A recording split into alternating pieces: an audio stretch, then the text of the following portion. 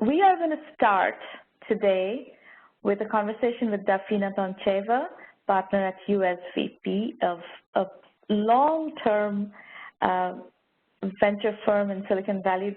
USVP has been around for a very long time. Dafina would tell us more about it. Welcome, Dafina. It's great to have you here. Well, thank you so much for inviting me. It's a pleasure to join you guys and be part of the event today.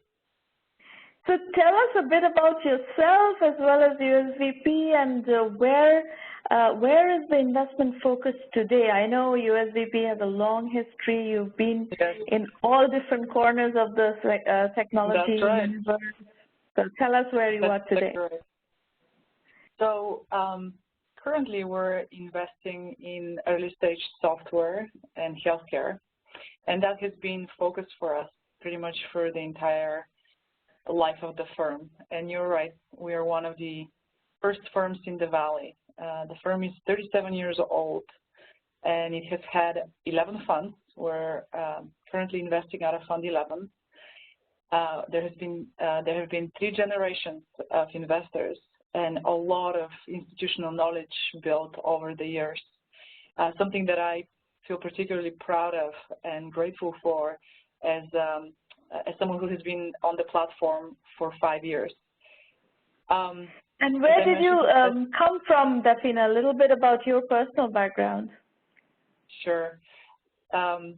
So originally I'm from Bulgaria. That's the accent you're probably detecting. Yeah. I moved here in the United States in '98, exactly 20 years ago. I went to college here. It was the reason for the move. I studied computer science and applied math. Ended up working as a developer for a few years on Microsoft on security projects, and joined business school, Stanford, in 2006.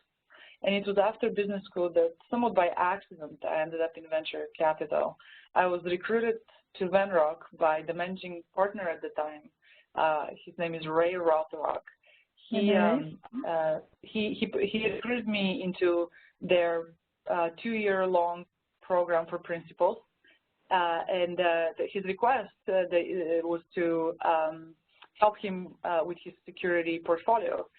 He was investing in security over 20 years. He had a portfolio of about 8 to 10 companies of various stages, and he recruited me in order to assist develop that portfolio, also help with new investments, due diligence on the technical side, and anything else that I could be of help with.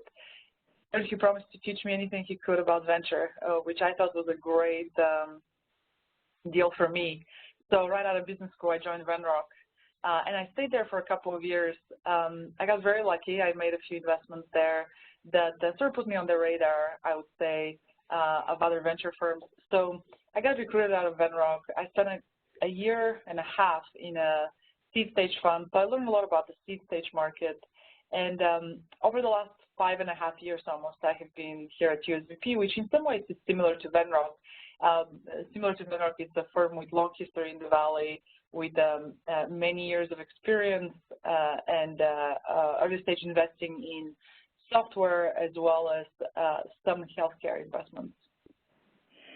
So what is the current 11th USVP fund? What is the size, and what check sizes are you writing these days? Sure.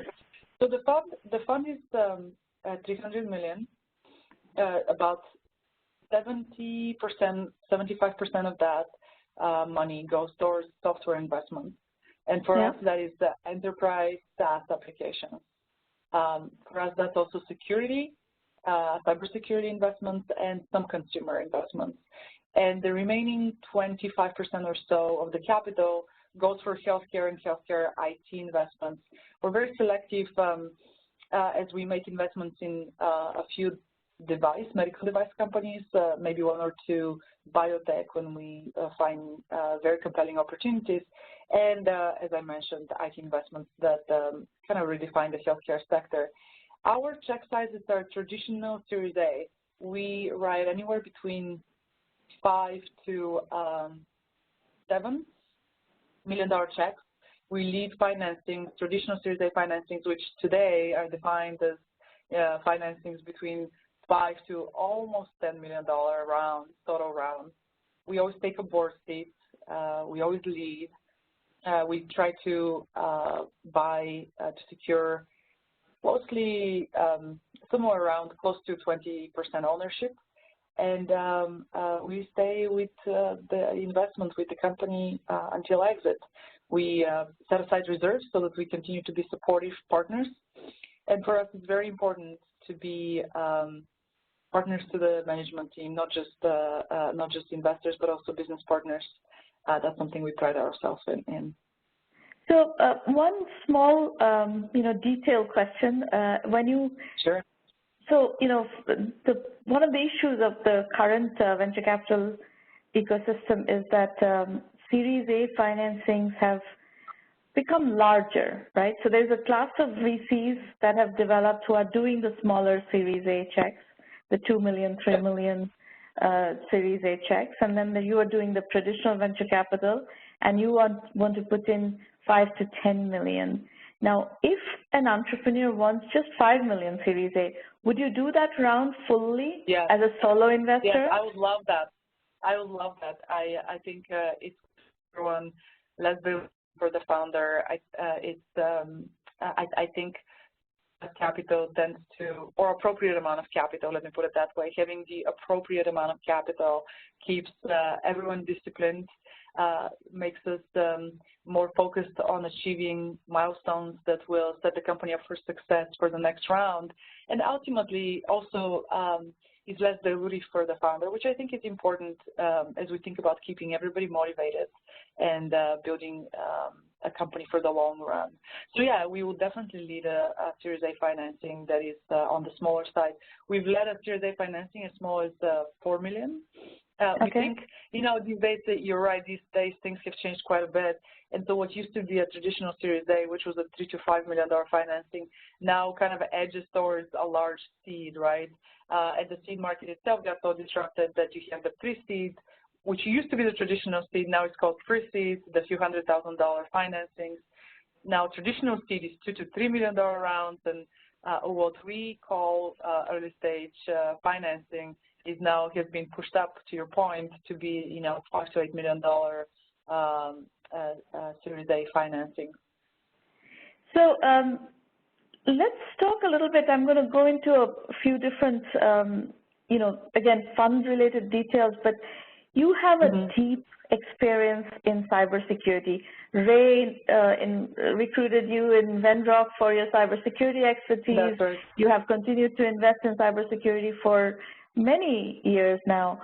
Can you give us an overview? I started in cybersecurity before it was popular, before so many other investors. But to be fair, cybersecurity has been probably one of the table stakes of venture capital for its entire history.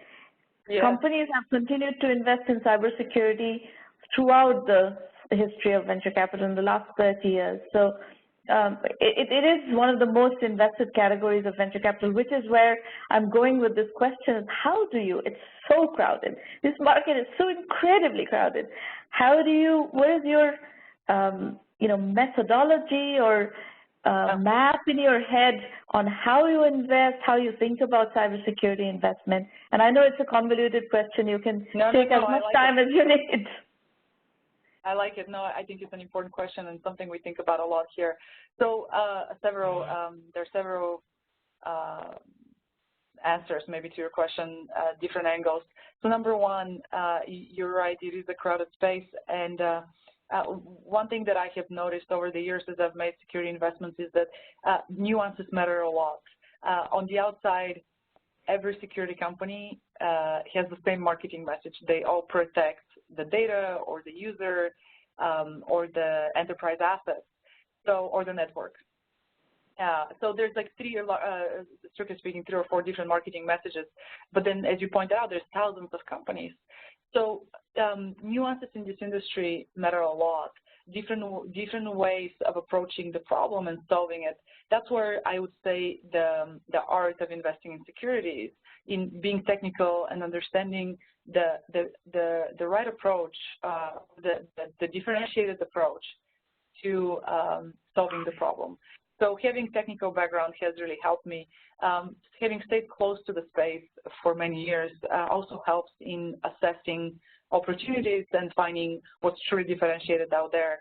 It's a highly fragmented market. There are many, many point solutions, many companies that solve a small part of the problem and do it really well. But and while that's interesting, it doesn't necessarily lead to companies that can grow to be billion-dollar opportunities. And that is okay. It's just that we as investors tend to look for companies that can grow to be beyond 500 million, a billion-dollar perhaps market cap opportunities. So it starts there with understanding the landscape and the holes that create opportunities for new players to come in and redefine the space. We are very selective. I think what helps us here is USVP has been investing in cybersecurity for 20 years. Our track record just in the last 15 years is 7.7x on returns in security. So I like to believe we know how to pick the winners. We almost have, I don't think we have ever had a single loss in security. Not one of our companies has been a write-off. Not that losses are always avoidable. In fact, every stage venture is defined also by losses. But in security for us, it has been this 20-year lucky streak. And I think being associated with success, it really helps with deal flow. We were the very first investors in Checkpoint, which to this day is the largest security, one of the largest security companies in the world. We were investors in Imperva, which is another public company. Investors in Trusteer, we were the only investors in Trusteer. Speaking of a company that would lead only a Series A, they raised $5 million from USVP and never raised again. They sold for $650 million to IBM.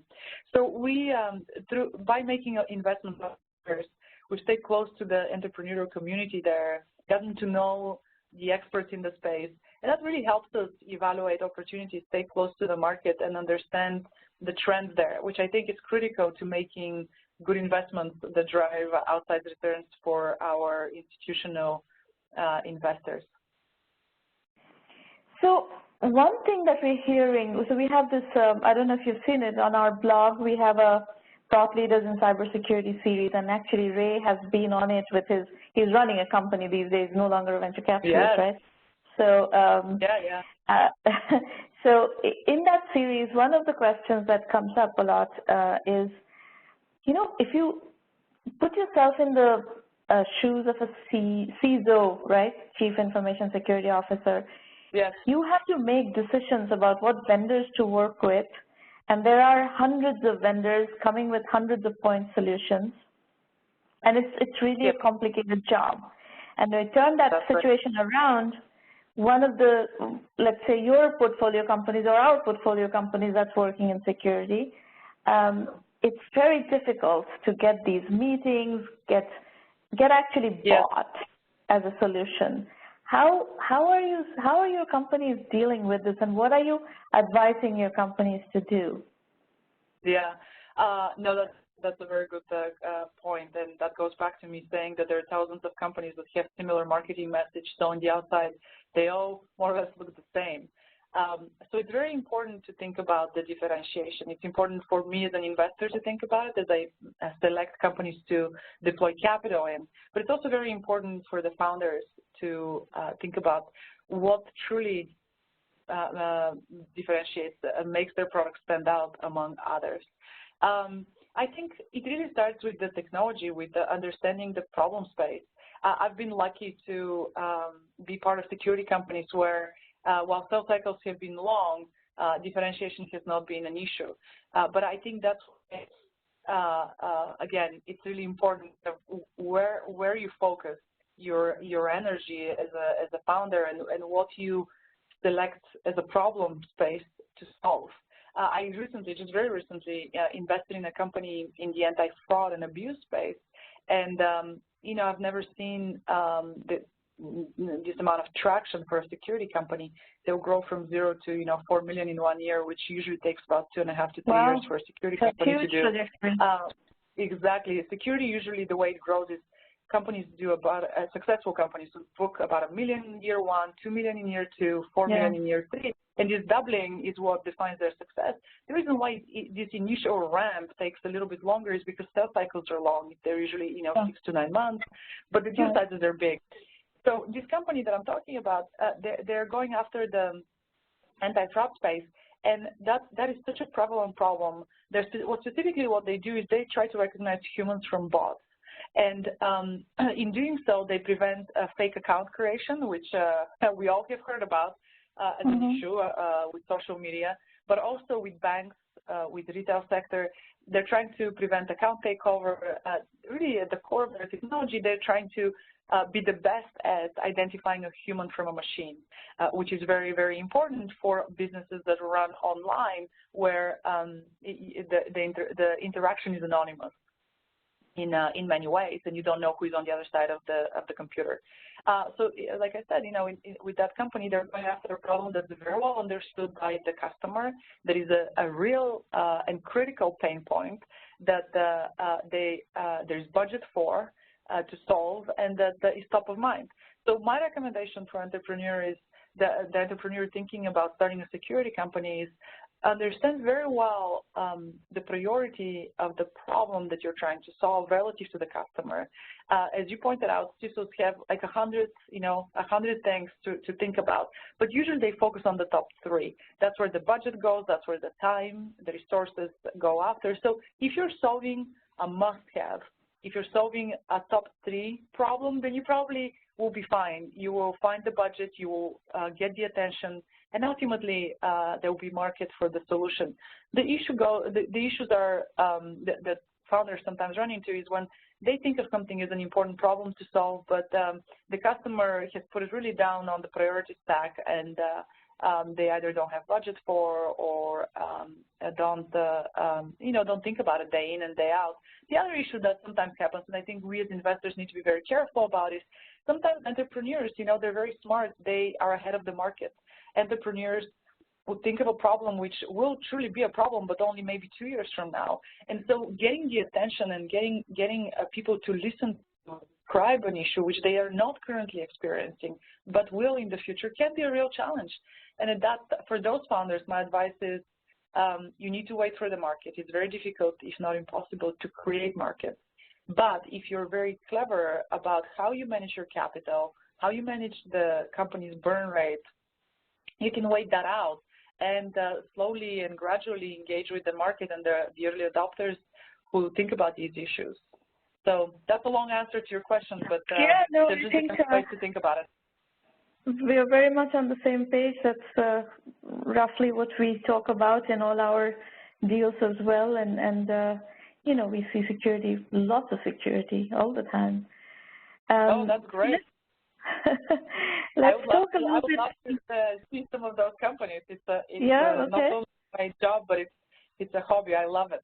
I love security, and I love thinking about new ways of solving existing and growing problems in the cyberspace. So very good, and let's build on that and understand your geographical preferences. Are you investing only in Silicon Valley, or are you investing more broadly? Yeah, it's a good question. So interestingly, when it comes to cybersecurity, we like Israel a lot, and it's an area that we have been investing in also for 20 years, and it started with Check Point, which is where the company's headquarters are. And there are lots of great security companies in Israel. That's right, exactly. They have they have a lot of the training required to understand and build a better problem and build a solution. So we invest in Israel.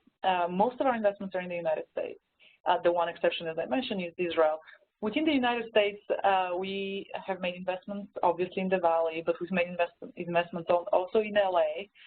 We've made investments in New York and Atlanta, Utah.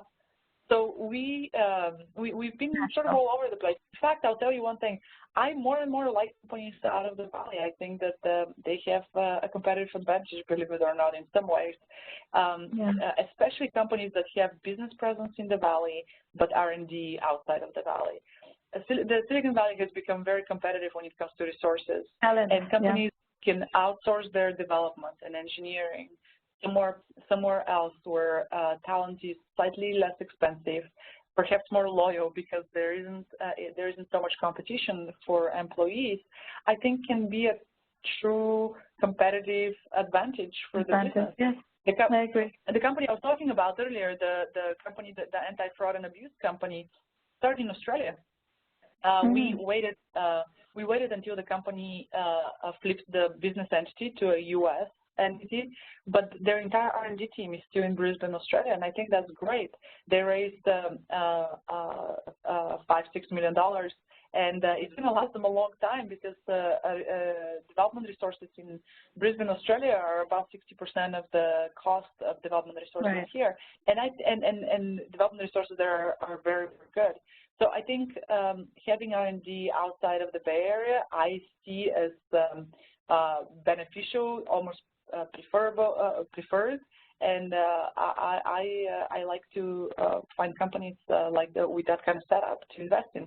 But yeah, I in general also find companies outside of the Bay Area to be very compelling, and there's something really cool about being outside of the noise. You know, everybody talks about the benefits of being in the Valley, and there are many of them, of course. But there's also a benefit to being outside, which is you can focus on your business, avoid the noise, avoid the hype, perhaps even stay away from the competition, and just really concentrate on what's most important, which is building a product and delighting the customer, I guess. Yeah. And so obviously, you know, our accelerator is global, so we do see global deals, and we're always interested in investors who are willing to take that as an advantage, as a competitive advantage, and all the things that you talked about are very much in sync with our philosophy and modus operandi. You know, I advise companies in Europe. I am Bulgarian, as I mentioned, so I go there once a year to Bulgaria to speak to at least once a year, to speak to the entrepreneurial community there. And as a result, I've gotten in touch with many other entrepreneurs within Eastern Europe. And my advice to them always is that many, not all, but many, the majority of the venture firms in the Valley will consider investing in a company started abroad, as long as the executive team or at least the founder moves to the U.S. R&D can be kept abroad, but moving the founder to and some of the business side of the company to the United States really de-risks the opportunity, at least in the mind of the investor, and makes it just more attractive. Yeah, and we're seeing more and more actually from Europe these days. We have some interesting partnerships underway in Europe, so you'll hear about that in due course. Now, the other question I have about the other aspect of your investment that you talked about, healthcare IT being a focus. Can you elaborate on that a bit? We do have a lot of healthcare IT activity as well these days. Yeah, you know, it isn't my necessarily area of focus. I help with companies in that space. Two of my other partners focus on healthcare and healthcare IT, but I'm happy to talk a little bit about it. What we look for in healthcare IT companies are, the way we think about them is IT companies that just happen to solve business problems, usually within the healthcare space. At least those are the companies that I personally would get involved with. I think of them as vertical SaaS. Now, that being said, my partners also would look at healthcare IT companies as companies like Digital Diagnostics, for example. We have a company called HeartFlow, which it's an incredibly exciting company. It has developed a novel way of diagnosing coronary heart disease, which today is done in a very invasive way. It's done through a hospital visit. Usually, the patient is put through a full anesthesia, and a needle is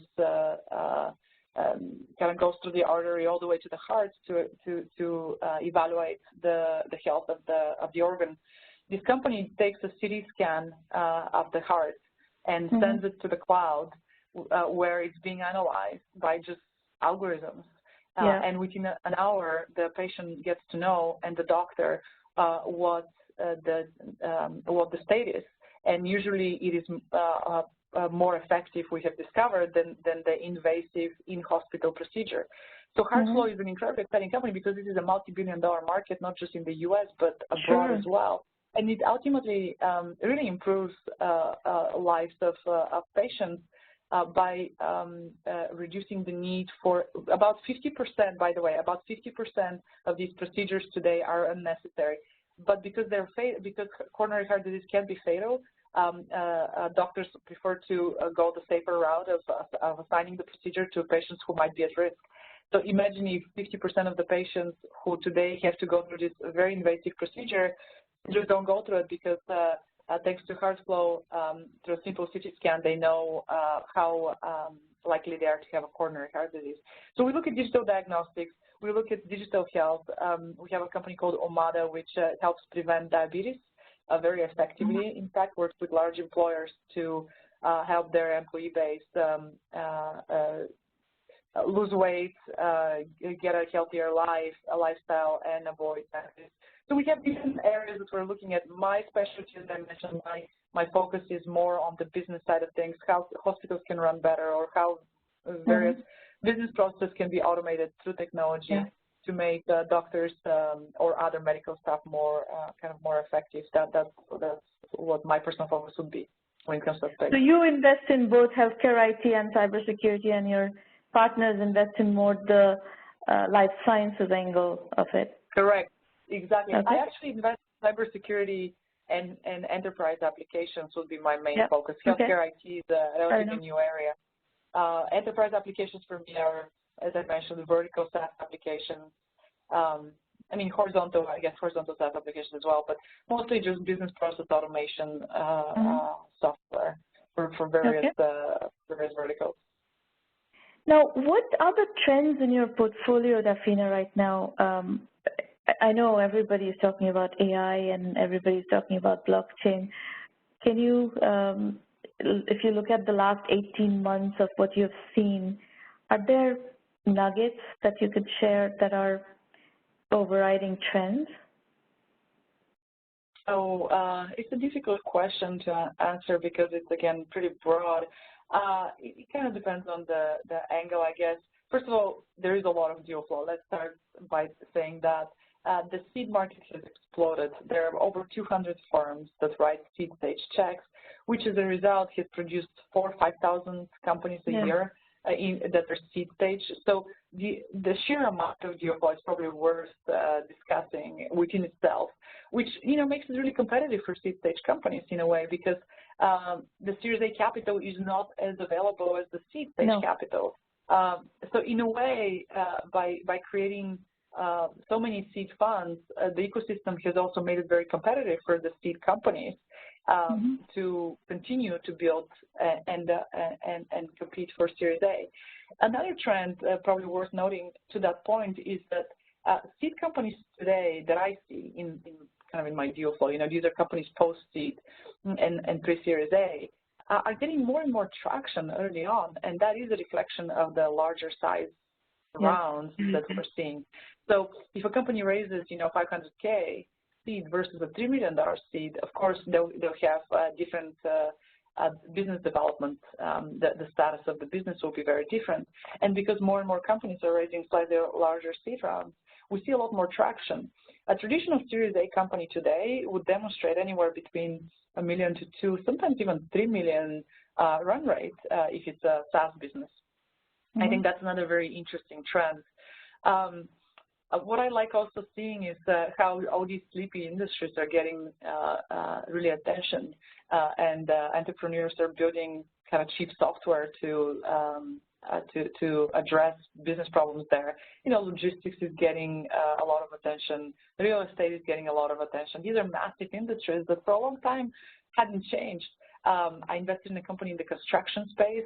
If you think about construction, it's one of the most conservative industries in a way, because the construction workers are not necessarily tech savvy or early adopters.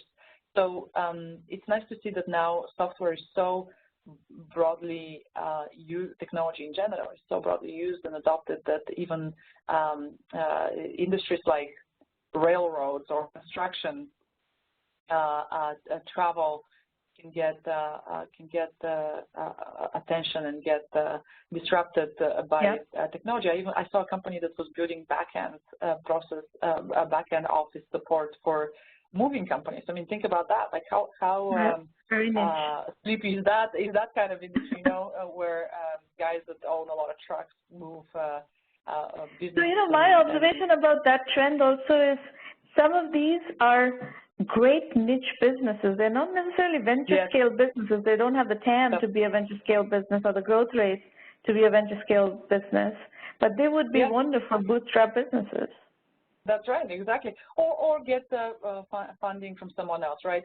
I think it's always very important to think about who the right business partner and financing partner is, given the kind of business that you want to build. Many, as you said, many founders just grow them organically. Some just get money from angel investors, friends and family. Or from the customers. I always think that that's the best way to fund a business is get non-dilutive capital from your customer by pre-selling the solution before you've completely built it. This is totally our philosophy. Totally our philosophy. We have a company in the portfolio right now, actually a healthcare IT company on the business process side. That is probably going to do somewhere between 4.75 or to 5 million with no outside financing. Oh my God, that's amazing. Can I talk to them? Yes. That's you incredible. can. Usually what you see is that in these cases you get companies that have some element of consulting or at least started that way. Yes, exactly. Some service component to it that leads to that amount of we in fact have a methodology that we use in the program called bootstrapping using services. So you do consulting and start getting close to the customers, start developing the product, use that as your seed capital, build the product, and then gradually switch the business to primarily a software business.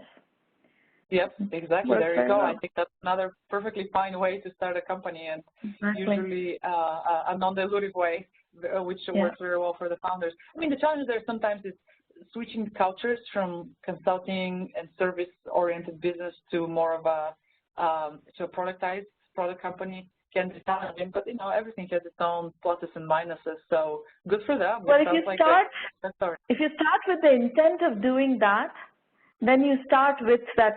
Like we're going to take a few projects that are going to be our seed capital, and then we are building towards a product company. That I think that stating that intent right up front actually addresses some of those issues. Now, my last question is that you have talked about Checkpoint right at the beginning. Now, Checkpoint is a relatively older investment of USVP. How about your investments? What are you really proud of? What are the highlights of your portfolio? And why? What is it about those companies that make you particularly proud and happy about them?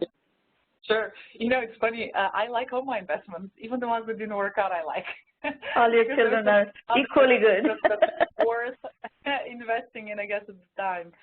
But maybe one that I should mention that's kind of top of mind today in particular is a security company called Privacy.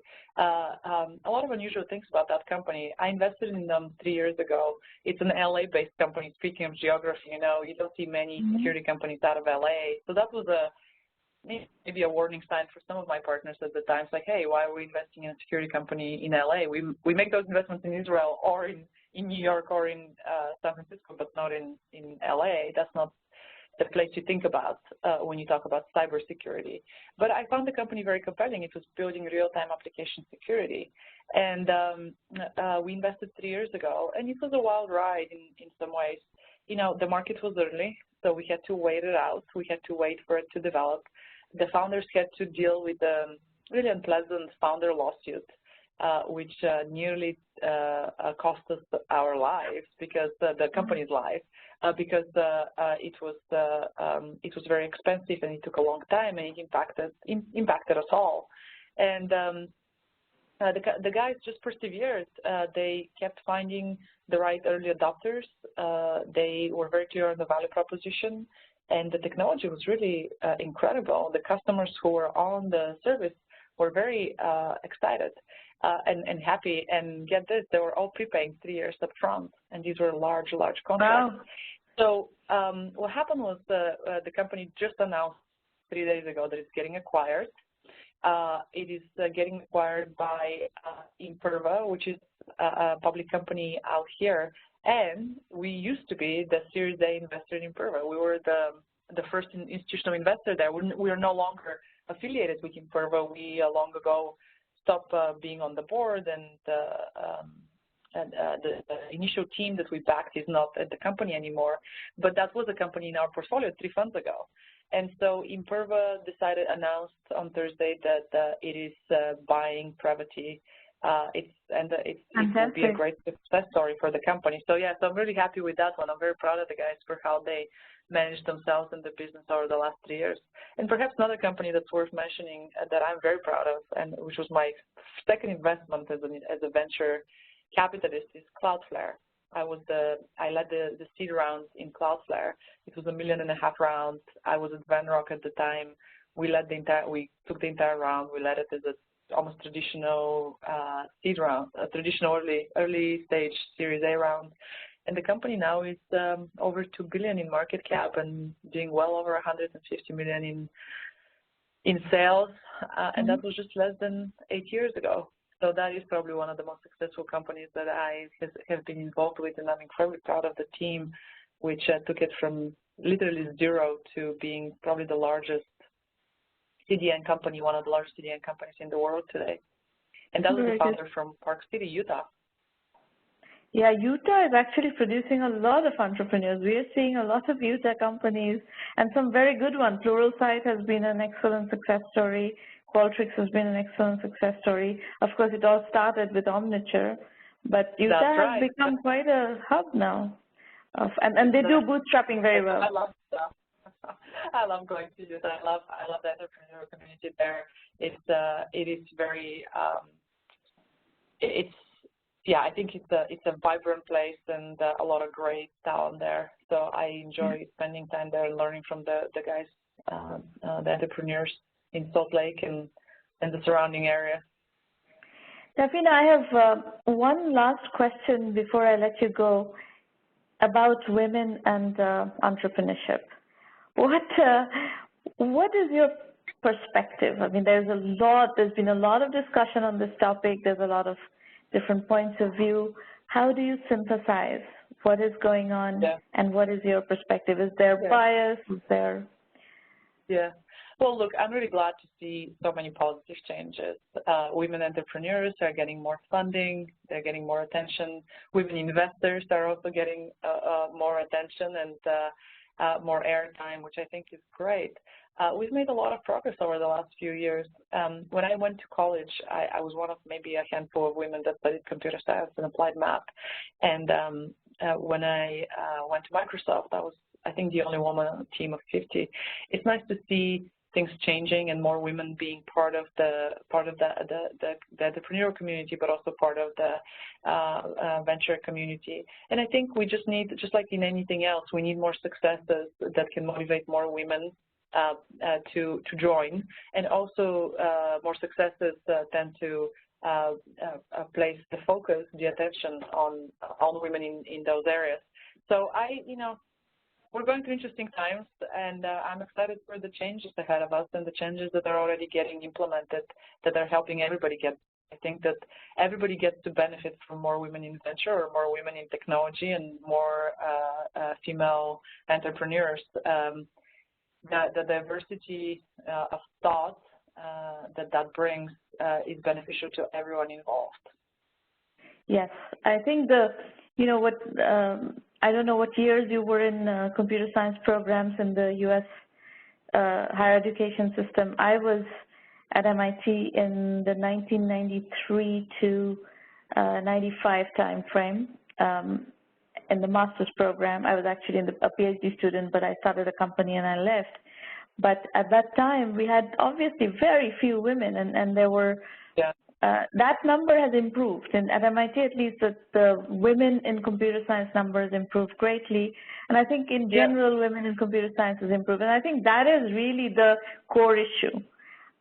Unless there are women trained in technology and who have gone through the real technology programs, you can't really expect them to go start technology companies. That's not going to happen. Yes, exactly. I think, no, that's right. I was at Harvard between 98 and 2002, and it wasn't significantly better. I mean, there were probably more women than at the time when you were at MIT, but it wasn't significantly better. I think the numbers are looking much better these days.